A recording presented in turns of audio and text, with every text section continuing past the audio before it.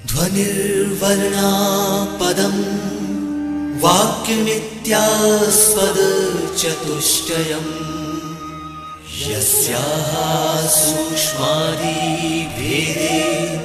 वाग्देवीं तामुपास्महे।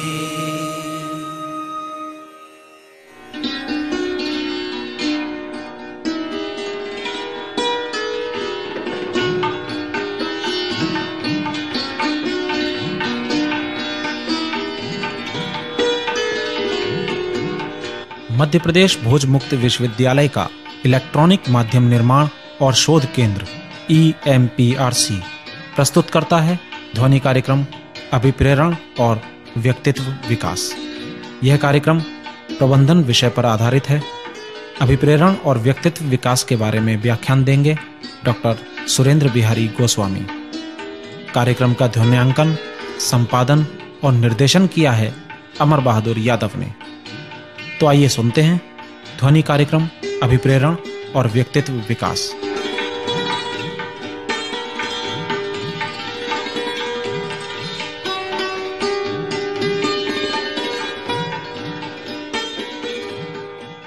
जीवन के प्रत्येक क्षण में हर मनुष्य करना तो बहुत कुछ चाहता है, सोचता है मुझे ये करना है, मुझे वो करना है। कुछ लोगों के परिवेश में ये संभावनाएं बनी होती हैं कि वो कुछ करने लायक स्थिति में होते हैं, लेकिन बहुत से ऐसे लोग भी होते हैं जो करना तो चाहते हैं लेकिन परिवेश नहीं होता। यदि हम अपने बच्चों की बात करें, छात्रों की बात करें, तो हम ये देखते हैं कि हमारे ये छात्र जो पढ़ने बैठते हैं तो कहते हैं मन नहीं लगता, और जब मन जहाँ लगता है वहाँ पढ़ाई नहीं होती। पढ़ने और मन लगाने के बीच में कुछ ना कुछ तो है। उदासीनता का आलम कुछ ऐसा होता है कि यदि आप अपने बच्चों को रोजीना टोकें कि देखो बेटा टीवी नहीं देखना, वो जरूर देखना चाहता है। नकारात्मक संस्कृति की स्थितियां होती हैं। हर मनुष्य वो काम करना चाहता है जो उसका मन कहता है। मन के आयाम को यदि हम विकसित स्वरूप में देखना चाहें, इसके 3 भाग बड़े आराम से किए जा सकते हैं। एक मन, एक इंद्री और एक बुद्धि। अगर हम देखें तो हमारी इंद्रियों का नियंत्रण करता है हमारा मन, और हमारे मन का नियंत्रण करता है हमारी बुद्धि। इंद्रियां, ऑर्गन्स हमारे जो शरीर के हैं, जैसे एक बहुत छोटा सा उदाहरण हम लें और हम देखें कि एक व्यक्ति की इच्छा होती है चाट खाते हुए किसी को देख करके कि चलो भैया ये आलू टिकिया खाई जाए, और वो चाट के दुकान पर पहुंच जाता है। चाट के दुकान पर जाने की जैसी उसकी इच्छा होती है, कहीं से आदेश पैर को मिलता है और पैर चलता हुआ चाट के दुकान के सामने खड़ा हो जाता है। जबान चलने लगती है कुछ आदेश देने के लिए, तभी एक अंतर्द्वंद सामने आता है। एक अंदर से आवाज आती है, कोई कहता है भैया तुम्हें खांसी है, सर्दी है, डॉक्टर ने मना किया हुआ है, चाट ना खाओ। अब मन कह रहा है चाट खाना है, लेकिन अंदर छुपा कोई कह रहा है कि चाट न खाओ, डॉक्टर ने कहा हुआ है। ये जो अंदर छुपा कोई कह रहा है वो बुद्धि है। वही बुद्धि मन का नियंत्रण करता है। अब अगर बुद्धि मन की बात सुन ले तो अपनी इंद्रियों को रोक सकती है, और यदि इंद्रियों के नियंत्रण में नियंत्रण करता मन स्वयं हो जाए तो वो बुद्धि से वंचित हो जाएगी, और बुद्धिमत्ता के अभाव में किया गया कोई भी कार्य सफल होता ही नहीं है। दैनंदिन जीवन में यही समस्याएं नित्य प्रति हमारे न केवल छात्रों के बीच में बल्कि व्यवहारिक जीवन के हर व्यक्ति के सामने आती है कि कौन सा काम करे, कौन सा काम न करे। जो काम करने के लिए बुद्धि कहती है, उस काम को करते समय वो मन उदासीन होता है, क्योंकि वो मन के प्रतिकूल होता है। जैसे पढ़ने की सलाह देना, किताब सामने खुला हुआ है, पढ़ना आपको है, लेकिन मन पढ़ने में नहीं लग रहा है। मन और जल दोनों एक ही तत्व के 2 स्वरूप हैं, दोनों का स्वभाव एक जैसा है, मन और जल। देखिए, जल भी ऊपर से नीचे की ओर बहता है और मन भी अधोगामी होता है।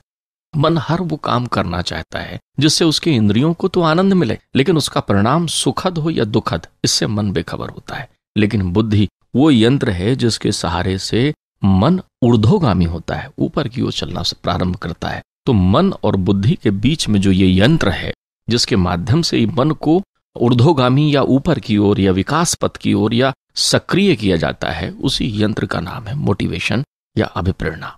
किसी व्यक्ति को कार्य के लिए प्रेरित करना, बलात् नहीं, स्वप्रेरित करना अपने आप। फिर जब इस मंत्र का उपयोग शुरू हो जाता है तो इस मंत्र की सहायता से वो आदमी खुद ब खुद काम करता चला जाता है, और ये मंत्र है अभिप्रेरणा। कैसे इस मंत्र को किसी व्यक्ति तक प्रवाहित किया जाए, ये कला जिस व्यक्ति में आ गई, किसी से काम लेने की कला, किसी से काम कराने की कला, और किसी के पास स्वयं काम करने की इच्छा उत्पन्न होने की कला, ये सब अभिप्रेरणा का ही पात्र है। प्रारंभिक समय में जब लोगों ने औद्योगिक परिक्षेत्र में इसका उपयोग किया था तो उस समय इसके उपयोग में ये भावना थी कि किसी न किसी प्रत्यक्ष प्रभाव के द्वारा व्यक्ति को कार्य करने के लिए प्रेरित किया जाए। तो मोटिवेशन जो इंडस्ट्रियल पर्पस से काम में आए या औद्योगिक परिक्षेत्र में या व्यावसायिक परिक्षेत्र में काम आए, वो मोटिवेशन प्रत्यक्ष थे। अप्रत्यक्ष मोटिवेशन जो आपके व्यवहार या बौद्धिक कलाओं से संबंधित थे, वो उस समय गौड़ थे। इसका पहला उपयोग वैसे तो वर्षों पूर्व हुआ है, लेकिन उद्योगपति फोर्ड ने इसका उपयोग एक बहुत अच्छे पैमाने में किया। फोर्ड की फैक्ट्री में हड़ताल हुई तो जितने वर्कर थे उन्होंने फैक्ट्री बंद कर दी और फैक्ट्री बंद करके वो सब बढ़े फोर्ड के बंगले की ओर। उनको घेर लिया चारों तरफ से। मैनेजर ने फोर्ड से कहा कि भाई ये बाहर का वातावरण प्रतिकूल दिखाई पड़ता है, आप बाहर ना जाएं, वहां उग्र स्वरूप में आपके श्रमिक खड़े हुए हैं, आपके यहाँ काम करने वाले वर्कर खड़े हुए हैं। फोर्ड ने कहा ये तुम मुझे बताओगे कि मुझे अपने मजदूर बंधुओं के साथ कैसा व्यवहार करना है। फोर्ड अपने पहली मंजिल के गलियारे में खड़े हो गए, बालकनी में खड़े होकर सामने आए। जैसे ही फोर्ड आए तो उनका प्रभाव, उनका व्यक्तित्व ही ऐसा था कि जितने श्रमिक चिल्ला रहे थे वो सब चुप हो गए। फोर्ड ने उनसे कहा कि मैं तुम्हारा पिता हूं और तुम मेरे पुत्र हो। मुझे ये अच्छे से मालूम है कि मेरे पुत्र के लिए क्या अच्छा है और क्या बुरा है। अभी मैं तुम्हें आदेशित करता हूं कि तुम सब जाओ और अपने काम में लग जाओ। एक चमत्कार हुआ, जितने लोग खड़े हुए थे सब अपने अपने काम में चले गए। मजदूर के नेताओं ने रोकने की भी कोशिश की कि रुकिए रुकिए, हम हड़ताल कर रहे हैं। उन्होंने कहा अब हड़ताल की जरूरत खत्म हो गई, क्योंकि जब इस फैक्ट्री का मालिक हमसे ये कह रहा है कि वो हमारा पिता है और वो जानता है कि क्या अच्छा है और क्या बुरा है, तो फिर हमें क्या करना। क्योंकि एक पिता अपने पुत्र के कल्याण को पुत्र से ज्यादा अच्छे तरीके से समझता है। ये था मोटिवेशन का वो अप्रत्यक्ष पहलू, अभिप्रेरणा का वो छुपा हुआ पहलू जिसको लोगों ने उस समय देखा। आपका बोलचाल, आपका व्यवहार, आप अपने पड़ोसी के साथ कैसा संवाद करते हैं, आप अपने आसपास में लोगों के साथ कैसा संवाद करते हैं, आप अपने परिजनों के साथ कैसा संवाद करते हैं, आप अपने अधिकारी, उच्चस्थ अधिकारियों के साथ कैसा वार्तालाप करते हैं, ये सब कुछ निर्भर करता है आपके मन की गतिशीलता पर। मन लोभी, मन लालची, मन चंचल, मन चोर और मन के मते न चालिए, पलक पलक मन मोर। ये मन बड़ी तेजी से परिवर्तित होते स्वरूप का होता है। तो इस मन के आवरण में अगर आप देखिए घटनाएं नित्य प्रति अखबार में आप पढ़ते हैं, समाचार पत्रों में कि अमुक ने आत्महत्या कर ली, अमुक अपने घर छोड़कर भग गया। ये क्या है? उदासीन होता हुआ मन। जब तक मन सबल नहीं होगा तब तक आप अपने जीवन के किसी भी उपलब्धि को प्राप्त नहीं कर सकते। मोटिवेशन डायरेक्ट स्वरूप में, प्रत्यक्ष स्वरूप में बहुत ज्यादा प्रभावित नहीं करता। आप किसी बच्चे से कहें कि भैया तुम बहुत पढ़ोगे तो हम तुमको एक चॉकलेट देंगे, बच्चा पढ़ेगा, चॉकलेट मिलने तक, चॉकलेट खाने के बाद वो भूल जाएगा, या कल फिर वो तब पढ़ेगा जब आप उसको चॉकलेट देंगे। बिल्कुल वैसे ही जैसे आप किसी अधिकारी को अपने यहाँ काम लेते हैं और कहते हैं कि भाई हम आपको आपके वेतन के अलावा रहने के लिए बंगला देंगे, गाड़ी देंगे, अन्य व्यवस्थाएं देंगे। वो बड़ा खुश होता है कि ये सुविधाएं आप उसे दे रहे हैं, वो बहुत उत्साह से काम करता है। लेकिन कब तक? कुछ दिनों के बाद वो इस बंगले को अपना अधिकार समझता है, इस गाड़ी को अपना अधिकार समझता है। वो आपसे कहता है कि ये तो आपको देना ही चाहिए क्योंकि हम काम कर रहे हैं।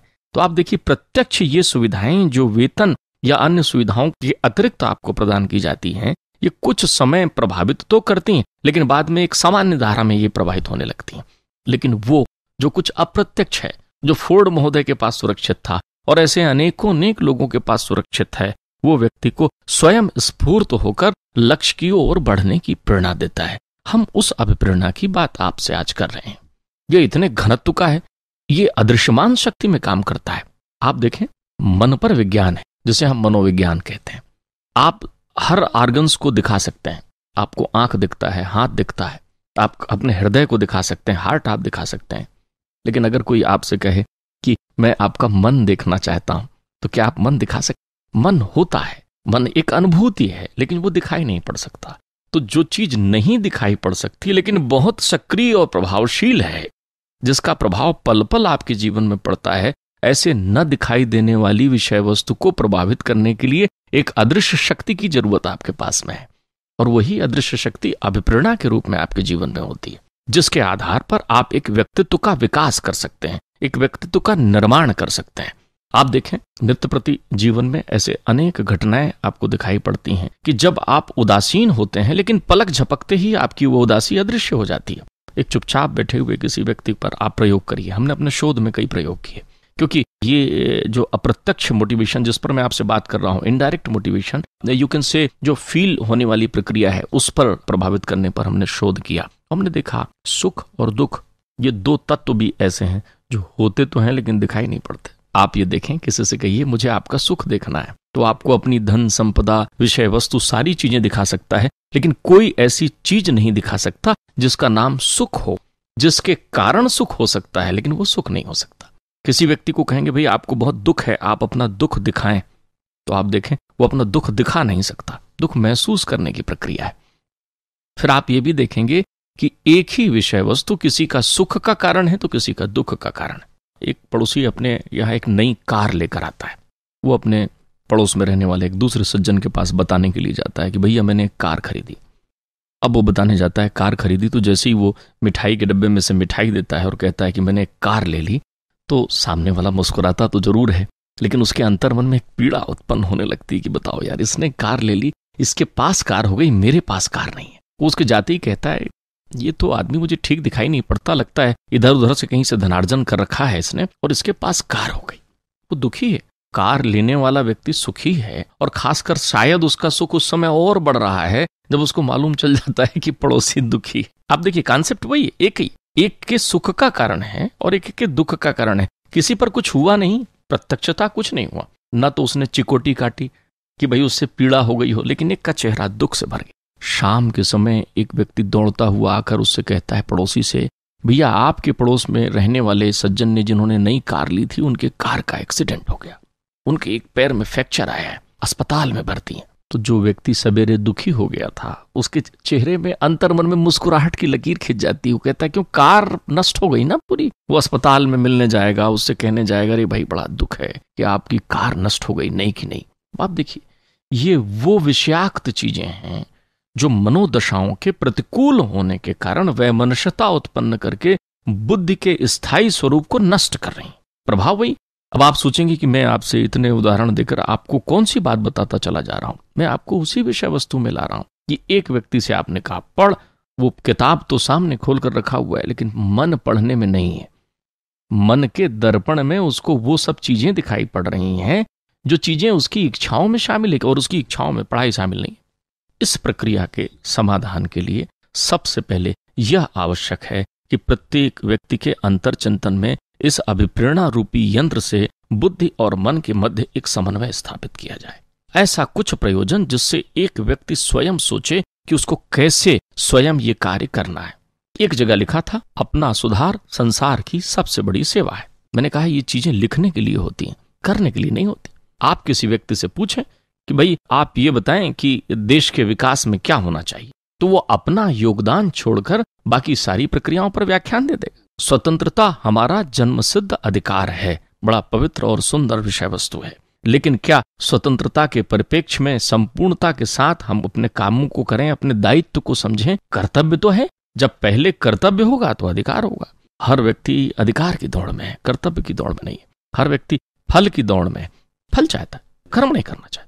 और कर्म करना चाहता है तो किसी प्रत्यक्ष परिवेश में करना चाहता है, लेकिन प्रत्यक्ष परिवेश में किया गया कर्म अप्रत्यक्ष उस मन को प्रेरित करने वाले परिवेश की तुलना में महत्वहीन हो जाता है समय व्यतीत हो जाने के बाद। आज की तकनीक में, आज के जमाने में, आज के दौर में एक नई विधा, खासकर निजी क्षेत्रों में आप देखिए, जितने भी निजी क्षेत्र हैं वहां जो लोग काम करते हैं एकदम तन्मयता से, सवेरे 8 से रात 8 बजे तक वो काम कर रहे हैं, एकदम दौड़ रहे हैं स्वयं। ऐसा कुछ करना जिससे व्यक्ति स्वयं काम करने लगे। तो व्हाट इज मोटिवेशन? मोटिवेशन के शाब्दिक शब्दों की यदि हम व्याख्या करें तो आप देखें MOTIVATION मोटिवेशन बनता है। M फॉर मेंटल मूवमेंट, एक ऐसा ये मन का आंदोलन है। मन के आंदोलन को आप कुछ ऐसे रूप में समझ सकते हैं कि आज से 50 वर्ष पहले यदि किसी के घर में दस्तक होती थी, रात 11 बजे कुछ लोग पहुंचकर खटखटाते थे दरवाजा और कहते थे बहन जी हम लोग सत्याग्रह में बैठे हैं, सुबह वहां पर फिरंगियों की गोली भी चलने वाली है और हमें तुम्हारे इकलौते पुत्र की आवश्यकता है। हम चाहते हैं कि आपका बच्चा भी हमारे साथ सत्याग्रह में जाए, और सावधान, ऐसा भी हो सकता है कि गोली एक उसके सीने में भी लगे। तो माताएं तिलक लगाती थीं, बहन राखी बांधती थीं और कहती थीं भैया बहुत अच्छा, हमारा पुत्र देश के काम आएगा तो कितनी अच्छी बात है। ये था उस परिवेश का मनोबल। आज 10 बजे रात को किसी के घर में आप दस्तक दीजिए और कहिए कि देश के लिए गोली खाने की बारी है, तो आज का परिवेश क्या कहता है? अंतर्मन वही, प्रक्रियाएं वही। मेंटल मूवमेंट उस समय क्या था? एक मन का आंदोलन था। जोत से जोत जगाते चल रहे थे। एक व्यक्ति यदि भूख हड़ताल पर बैठता था कि भोजन छोड़ देता था, एक वृद्ध बुजुर्ग तो संपूर्ण देश भोजन नहीं करता था। यह था मन का आंदोलन। तो मोटिवेशन का एम कहता है मेंटल मूवमेंट, मन के आंदोलन की बात कहता है। और आंदोलन का मतलब पर्याप्त तौर पर आप समझ रहे होंगे कि आंदोलन का आशय है ऑब्जर्वेशन। आप विश्लेषण करिए, आप मीमांसा करिए। किसकी? स्वयं की। किस ओ के लिए? ऑब्जर्वेशन में एक ओ और शामिल है, ऑब्जेक्ट के लिए। आपका उद्देश्य क्या है? उद्देश्य की दिशा में आपके प्रयत्न कितने हैं? प्रयत्न कितनी ईमानदारी से हैं? मोटिवेशन का तीसरा शब्द है T. What is T? T क्या कहता है? मोटिवेशन का टी कहता है ट्रू एंड फेयर, सत्य और विश्वसनीय। आप किसी भी विकल्प का चयन करें, उस विकल्प के प्रति और उस विकल्प का सत्य और विश्वसनीय होना आवश्यक है। तो जिस फीलिंग्स पर हम आप बात कर रहे हैं, वो फीलिंग्स भी अपने आप में सत्य और विश्वसनीय है। यह है मोटिवेशन का टी। मोटिवेशन का आई क्या कहता है?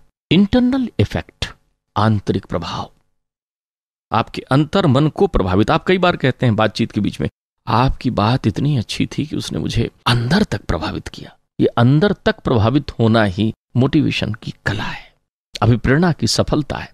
क्योंकि अभिप्रेरणा आपके अंतर चित्त को प्रभावित करती है। 99 ठोकरों से जो काम नहीं होता, वो 100वें ठोकर में मोटिवेशन से हो सकता है।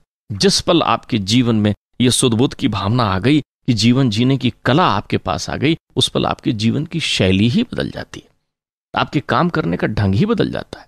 मैं जिस इनडायरेक्ट मोटिवेशन की बात कर रहा हूं, जिस फीलिंग टच पर आपसे अपनी बातें कह रहा हूं, वो तो कहे बिना कहे, सुने बिना सुने, देखकर बिना देखे अपना प्रभाव डालती है। पास से दूर से महसूस तो आप कहीं से कर सकते हैं, तुरंत प्रभाव डालती है। आप नाराज हैं अपने घर में, तो चाहे तो आप बड़बड़ा लीजिए, खूब जोर से चिल्ला लीजिए, गुस्सा दिखा लीजिए, लोग कहेंगे भाई नाराज है, नाराज है। और चाहे तो आप खामोश हो जाइए, तो लोग कहेंगे अरे भाई ये तो बिल्कुल चुपचाप हो गए हैं, मतलब नाराज है। सूरज सुबह उदय होता है तो क्या वो आवाज लगाते हुए आता है कि मैं आ गया हूं उठो, मैं आ गया हूं उठो? उसके उदय होने से सुबह की सारी प्रक्रियाएं अपने आप संचालित हो जाती हैं। इंटरनल इफेक्ट पर मैं आपसे बात कर रहा हूं, अंतर चित्त पर प्रभावित करने की प्रक्रिया। यह है मोटिवेशन का आई। मोटिवेशन का V. What is V? V is velocity. चलते रहना जिंदगी है, रुकना नहीं। बहुत से लोग रुक जाते हैं, थक जाते हैं।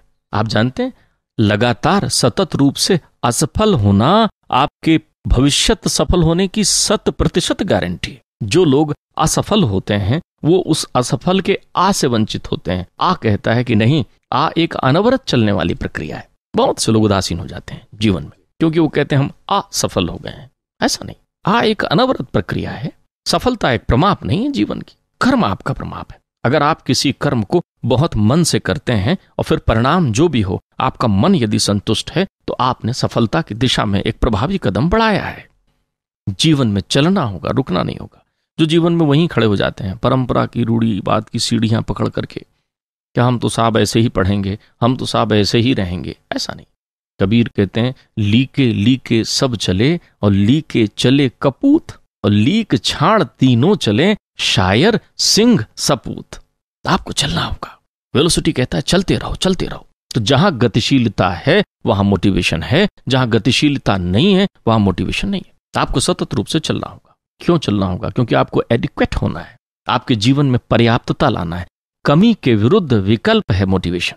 जहां अभाव है वहां मोटिवेशन नहीं है। आप ये भी कह सकते हैं, बहुत सारे लोग कहते हैं ना मेरे जीवन में संतोष है। उनके जीवन में संतोष नहीं, उनके जीवन में मोटिवेशन है। अगर संतोष और मोटिवेशन को एक तराजू में रखें तो वो पर्याप्त होगा। मोटिवेशन व्यक्ति को कहता है फुल्ली सेटिस्फाइड, एडिक्वेट, कहीं कोई अधूरापन नहीं रहता ऐसे व्यक्ति के जीवन। तो यदि आप चाहते हैं कि आप अपने जीवन को एक आदर्श युक्त जीवन बताना चाहते हैं, तो उदासीनता के विरुद्ध आपको इस बात को सदैव अपने आप में रखना होगा कि असंतोष आपको अपने कर्मों से हो सकता है, परिणाम के प्रति तो आपको संतोष रखना होगा।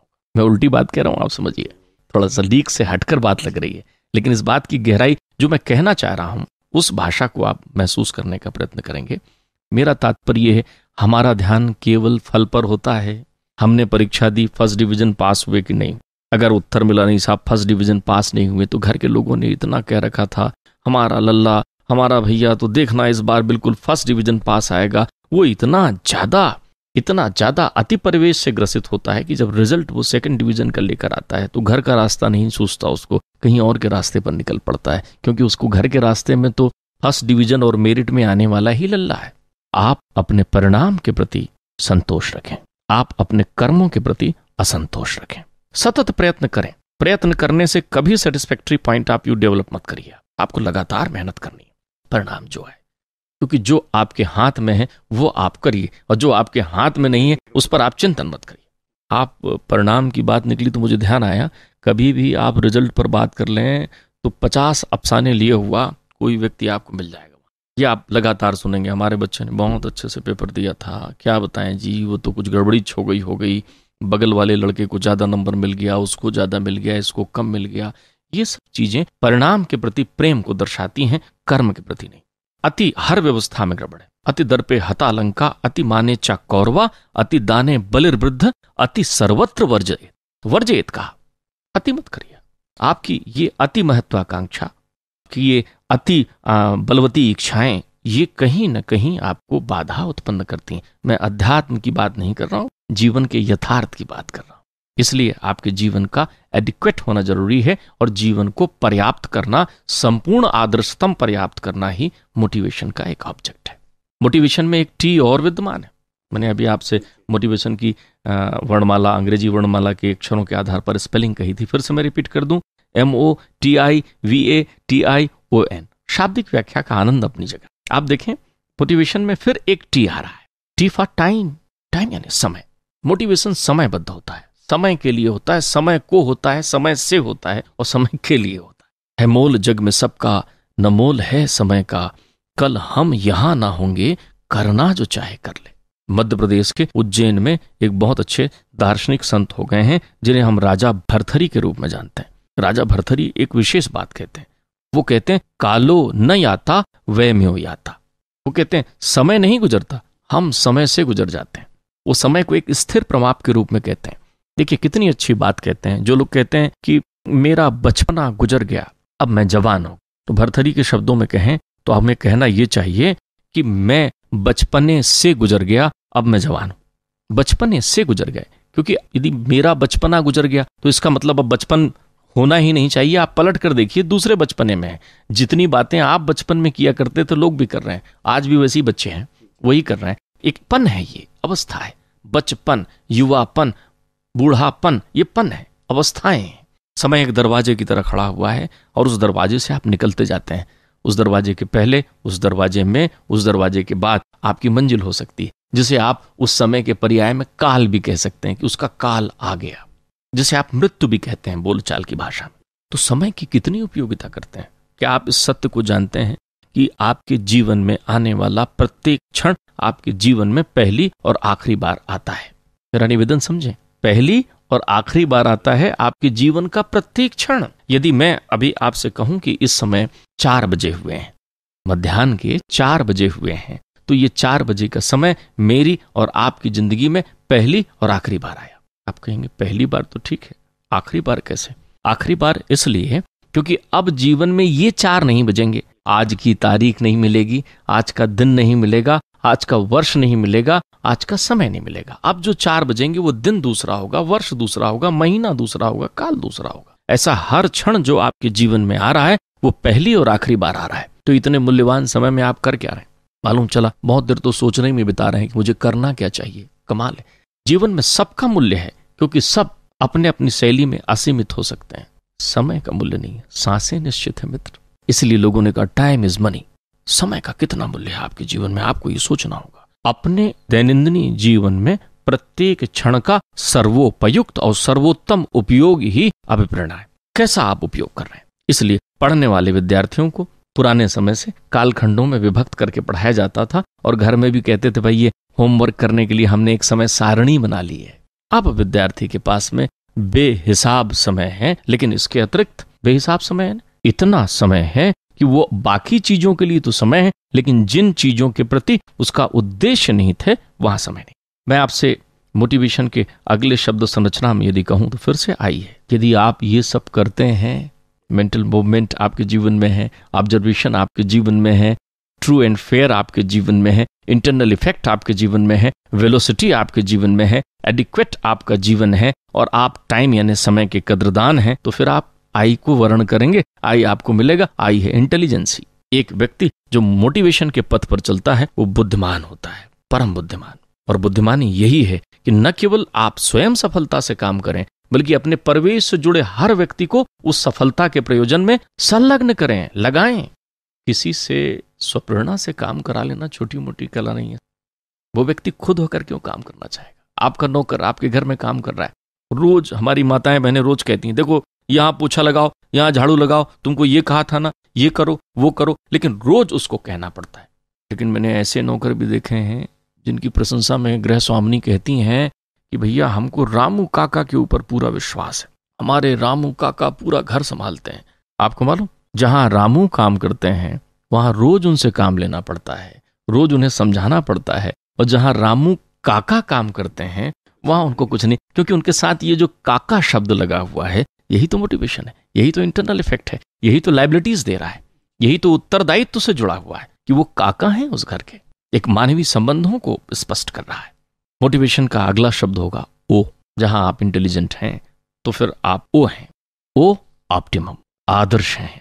आदर्शा संस्कृत का शब्द है। आदर्शा का अर्थ होता है दर्पण, प्रतिबिंब। आपके जीवन में यदि मोटिवेशन है तो आपका जीवन आदर्श है। आपके जीवन का लक्ष्य यदि मोटिवेशन है तो आप अपने जीवन में आदर्शतम बिंदु में चल रहे हैं। और मोटिवेशन क्या? स्वयं का आदर्श हो जाना ही मोटिवेशन है। ऐसी प्रेरणा जहां आपका जीवन किसी और को प्रेरणा देने वाला बन सकता हो, वही तो अभिप्रेरणा है। जिस प्रेरणा का स्वरूप किसी और को प्रभावित करता हो, वो अभिप्रेरणा है। ये मैं नहीं कह रहा हूं, इसके आगे शब्द एन लगा हुआ कह रहा है। वो शब्द एन ये कह रहा है कि motivation is a natural gift to humanity. N for natural. ये मनुष्य के पास ही हो सकता है, किसी पशु के पास नहीं। यदि आप मनुष्य हैं तो प्रकृति ने आपको अभिप्रेरणा के रूप में एक ऐसा अनुपम उपहार दिया हुआ है जिसकी सहायता से न केवल आप अपना जीवन सफल कर सकते हैं, उद्देश्य सफल कर सकते हैं, काज सफल कर सकते हैं, बल्कि लोगों को मिलजुल कर काम कराते हुए किसी कार्य की सफलता सुनिश्चित कर सकते हैं। या दूसरे शब्दों में कहूं, काज करें ही मिली बांट, सब काम करते चले जाए। तो इसलिए मोटिवेशन का ये अप्रत्यक्ष स्वरूप जो केवल महसूस करने के लिए है, फीलिंग्स है, ये इनडायरेक्ट मोटिवेशन का पार्ट है जो नित्य प्रति आपके जीवन में होता है। और यदि हमारे छात्र, हमारे श्रोतागण, हमारे परिवेश के लोग इस तथ्य का ध्यान रखें और अपने व्यवहार में इन सद्गुणों का समावेश करें, इस शैली को बनाकर रखें और इस अदृश्यमान सत्ता के मन को नियंत्रित करने के लिए मोटिवेशन का यंत्र चलाते रहें, तो बुद्धि से निकलने वाला ज्ञान का अविरल जल उस मोटिवेशन रूपी यंत्र से मन के साथ जुड़कर इंद्रियों को एक ऐसे पथ पर ले जाएगा जहां जो भी कार्य इस योनि से अर्थात मनुष्य के रूप में किया जाएगा, वहां सफलता सुनिश्चित है।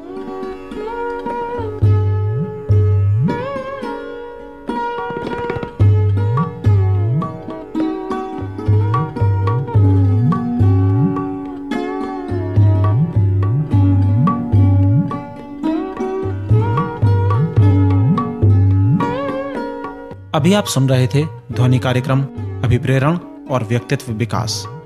यह कार्यक्रम प्रबंधन विषय पर आधारित था। विषय विशेषज्ञ थे डॉक्टर सुरेंद्र बिहारी गोस्वामी।